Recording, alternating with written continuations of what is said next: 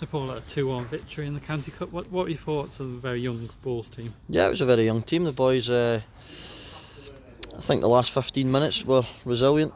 They playing against obviously men. It's the first. Well, I've seen the boys quite a few times now, but it's the first I've been like pitch side with them and stuff like that. And it was a good opportunity for them in front of myself to try and impress myself and in front of a half decent crowd as well. So yeah, listen, all credit to the players and Zeke and the guys behind it who got the club into the next round.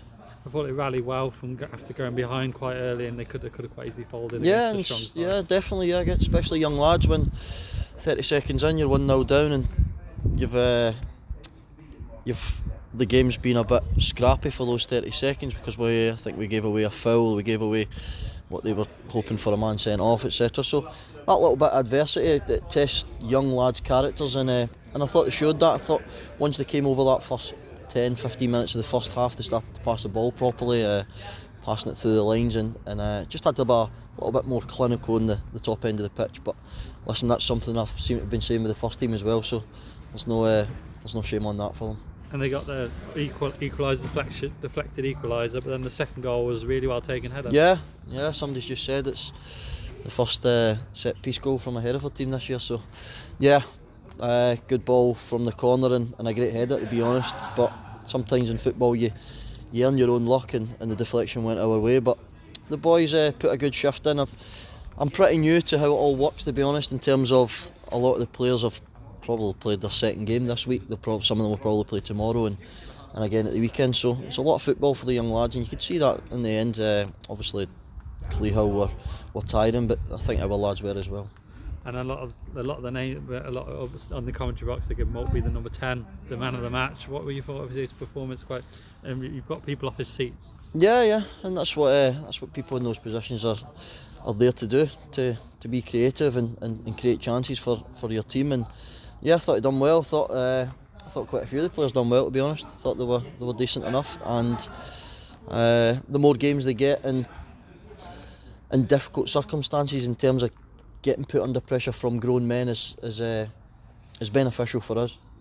And the second half they did really defensively. They looked organised and they didn't have too many problems. No, I don't think I think they were at times we were our own worst nightmare in terms of not keeping the ball in areas of the pitch where you could be hurt if you lose it. So yeah, listen, I thought it was fairly comfortable for majority of the game. The last 5 minutes is normal when you're 2-1 up in a cup game, that they're going to throw everything at it, and the lads they defended like men. Was the young goalkeeper okay? I think he got a knock in the first half. He got a knock and he was limping for a bit. But listen, Shea gets plenty of them with the likes of Nathan Cameron, Kyle Hawkins and stuff like that, so he'll be fine. And he made a good save towards the end, a vital one. Yeah, he did. He did. He made. He's came off his line quite quickly, and he's made the decision to do that, and he's committed to it and made a good save, and you can see he's getting better and better week by week, and that's credit to Sean, and I think Shea's really fond of Pondy, and the Pondy helps him an awful lot in training, so you can see that. And it's Wellington away here in the next round. Little trip up the A41. Wellington's that not Australia? Where's that? How far's that? About 6 miles. 6 miles. Oh, is it? Is it? Yeah. So we look forward to that. I actually just had an idea then. I probably shouldn't say it out loud, but I'm actually contemplating registering for it, just to try and help the players on the pitch in terms of communication, stuff like that. It happened to me when I was a young lad, and we had a couple of players at Celtic who registered for some like local cup games and that, and it helps just to have that voice and talk people through it. But I would have to stop eating cakes, and I don't know if I want to do that. You put the gate out. Oh, I don't know. I don't know if I want to stop eating cakes. I like cakes too much, but listen, I don't know. I'll wait and see. And is it a chance to maybe once some of the first team players come back into, you've got a bigger squad on a Saturday? Yeah, that would be the plan. There's no two ways about it. This probably just came around too early. We've got, I think Adam Rooney took training tonight. I think we had 12 training in terms of just trying to manage people, manage the amount of minutes and the amount of training, exercise and stuff like that. So once we get a full bill of health, as they say, then this is an opportunity for players to get minutes, which we will look at. We did look at for this one, but I've got to look at the bigger picture and look after the numbers in the first team. And really good to get down in and Leiden over the line for the end of the season. Yeah, delighted. You can see with a smile on my face. Absolutely delighted to get both of them sorted.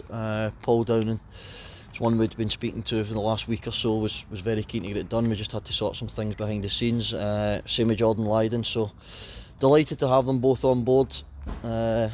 But now it's time to kick on in the league and pick up some wins and keep building that positive momentum. We've went 5 games, clean sheets, and I touched on it again on Saturday after the game. Regardless of the opposition, that's a brilliant feat and it's a brilliant habit to get into, so we're looking to continue that. What are your thoughts on Gillingham and the FA Cup here? That's the main thing, I'm guessing, for you guys.